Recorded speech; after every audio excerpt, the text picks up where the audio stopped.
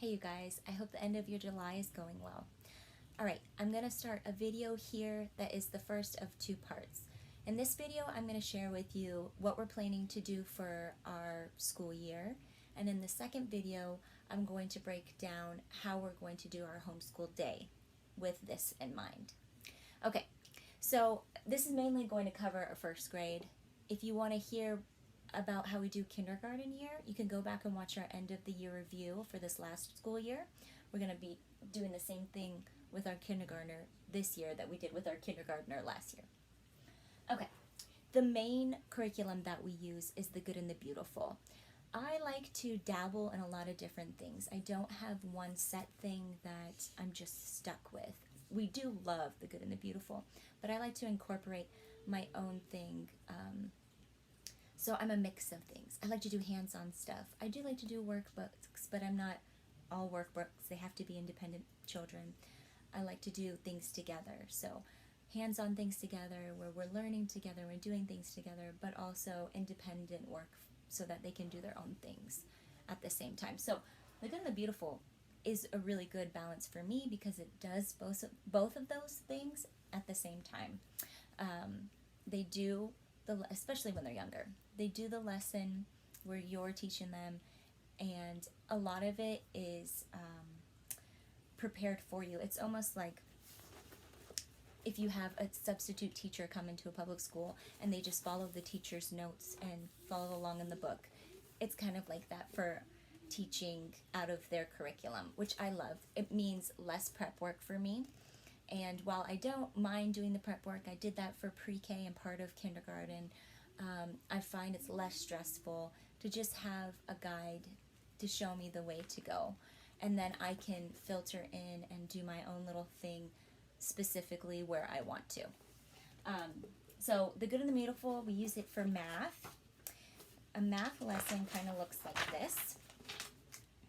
We have a daily dose section, so they'll kind of do the same thing every morning that they do math, and then you go and sit with them and do the lesson, greater than less than. And then at the end of the lesson, there's a little practice spot, and then this bonus activity, and then their worksheet that they can do independently. And then you can always check on them afterwards. So it's just applying what you learned in the lesson and then them doing it themselves later. The lesson has lots of hands-on games, activities like that they do. The math comes with these kits that have manipulatives and interactive things that you can use as you're teaching them the lesson. My kids love this. Math is the number one thing they ask for every morning. So we start our day with math because it's fun. We're all doing it together, and it just sets us off on the right mood. So that's basically how the math goes. Very straightforward. I just read along what it tells me to read to the children, and I love it. It's simple, and the kids love it. Their language arts is very similar. Same thing. The cool thing about the Good and the Beautiful, they have levels 1 through 5, so that's about 1st to 5th grade, depending on your child's reading level and language arts level, for free, for download, always on their website, goodandbeautiful.com. You can download levels 1 through 5 for free. The whole book, this whole book online, a PDF version for free. I like to have the physical thing for the kids to have, and it's less printing. But same basic breakdown. You do the lesson together with them, each step-by-step thing. There'll be parts where they either have to write something out or read something. Like this part here, they have to read these different snowflake words. And then they have an independent practice time where they're writing on their own and applying kind of it's either spelling practice or something that they're learning in the lesson. They do a lot of art appreciation. I don't know if you saw that in here, which I love. I love having the art appreciation. And then we also do handwriting with the Good and the Beautiful. These little notebooks that they can do 2 times a week to fill in. And also with the language arts, it comes with a reader book. So once they get to a certain point in the language arts course, it'll say, now you can do section 1 or 2 in this book. So it goes along with what they're learning. I like having that as free reading time for them. Okay, so that was math and English. I do have some stuff that I put together myself, like math games and just independent kind of play stuff and activities that we do together, puzzles that are math or language arts related, that we just have on a game day or a review day or something like that. That's a fun day, but we're still kind of learning. Let's see, what is this? Oh, science. We also are going to do the mammals unit with the good and the beautiful this year. I'm really excited about it. There's a lot of fun things to do in here. I was looking through it. I use my laminator for a lot of this. They have vocabulary cards and other kind of activities and cards for this. And you don't have to laminate it, but I plan on reusing this in a couple of years when they're a bit more knowledgeable and can retain more information. So that's the cool thing about science units.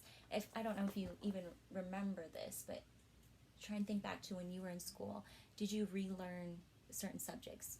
In a few years, like after first grade, you probably went over the planets, but then a few years later, you were learning about the planets again, but it was more in depth and knowledgeable. So this has extensions for 7th and 8th graders. So you might do this 1 or 2 times in early elementary and then again in middle school with them. So that's why I like the science units, because you can kind of reuse them and they'll be grasping more as they're older. Okay. History. History's new for us this year. It's going to be our social studies unit. It comes with a really cool game, the Good and the Beautiful History unit. This is the year 1 game. There's 4 years for history, and then they're at the age where repetition is important. So if you do the first 4 years, you go back and redo the 4 years again of this course. It comes with this big book of history stories. It's illustrated, and it goes along with the lessons. And this is the lesson book, same style format as the English and math. A lot of these are very minimal prep work, if any at all. Sometimes you can just pick up the book and start the lesson without needing anything. And most of the time, if you do need something, it's usually something you have around the home. So I love it because you don't have to do a whole lot to get ready for it. And then you can leave that energy for something else that you really want to do with your kids besides the main subjects that you have to teach. I'll get into that later. We're also doing a little bit of art with the Good and the Beautiful this year. So the language arts kind of has a little bit of art in it, art appreciation, some art projects, but we got this to fill in for other art projects we might want to do. Last year we did co-op, and in their kindergarten class they had a lot of art, so I didn't have to worry about this last year. But this year we aren't doing co-op, so I'm making sure that we're getting our art time in. The Good and the Beautiful also has drawing books, and every once in a while in the morning we'll start with learning how to do a simple doodle like this, and it's fun to do together. I love drawing, so this is a fun way to do something I'm passionate and teach it to my kids. Okay, so that covers our Good and the Beautiful subjects that we do. They have other elective courses like typewriting. They have a nature book and tons of other things. I really recommend you go check out their website, goodandbeautiful.com. Now, they were founded by a woman who is part of the LDS church. I'm not LDS, and their curriculum is not LDS based. They have a Christian worldview base for their curriculum. They have women and men from all over with different backgrounds, different denominations who are putting together the curriculums for all these different subjects. They have a video on it on their website. If you are a part of the LDS church, they do have extensions that you can add to the curriculum that go along with that. But I just wanted to put that in as a disclaimer in case it's not what somebody wants to look into or do. But we've not had any problems with it. Everything where if they mention God, it goes right along with what we believe, so I'm not worried about it. I haven't come across anything that I disagree with. probably because they have just a general Christian worldview in their lessons. Okay. For music, we do Prodigies Music. You can look them up online. They are a really cool music membership program. You do have to pay for it. I think we pay for it annually. I think it's $120 a year. And it's great for younger elementary kids and learning to recognize note sounds and learning to identify visually notes, and all of that fun stuff. My kids love it. We have little desk bells that they play as they're learning. I have a little bit of a music background, but not too much. And I just didn't know how to teach little kids music. But I wanted them to get comfortable. My son, he really loves music. He's passionate about it. And I wanted to grow that, but I didn't really know how to teach it. And this is such a great way to teach. I've watched it. I've done it with them.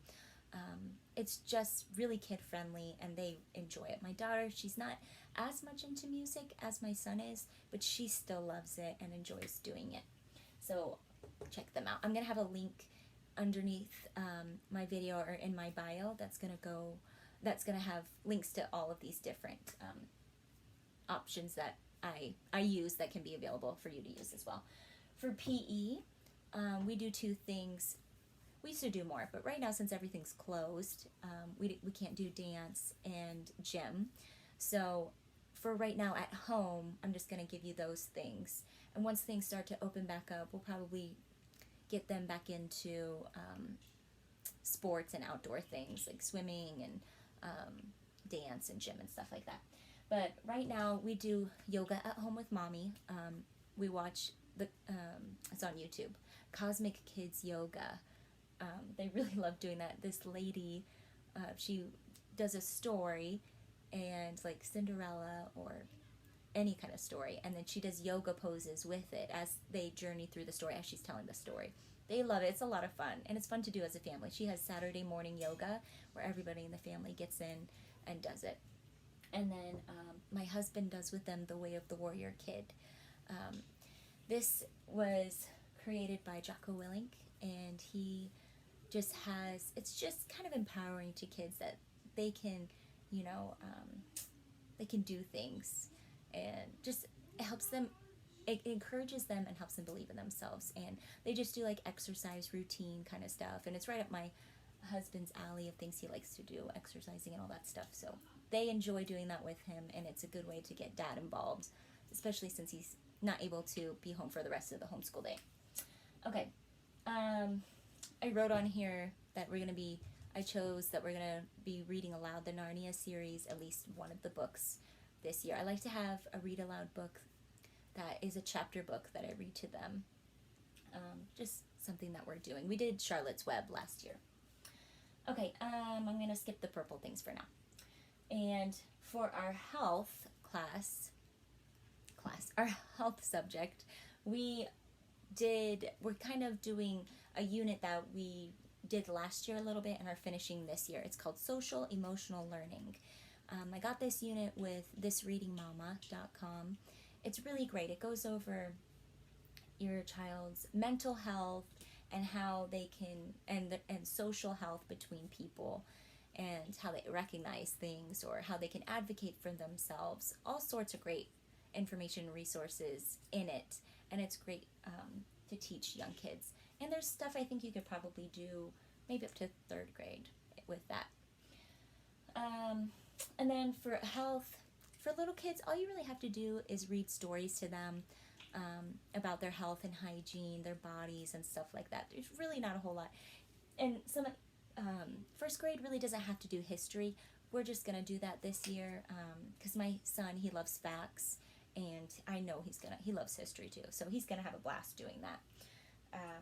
But you could just read social study kind of books about community helpers and things like that. That's more kindergarten, but even for 1st grade, you can read about presidents or things like that. It's very general for social studies so early on. As they get older, it can be more developed and fine-tuned. So those are the main subjects we're going to be doing. In the next video, I'll talk about extra stuff I'm adding that are personal for me, and then I will tell you what our homeschool day is going to look like.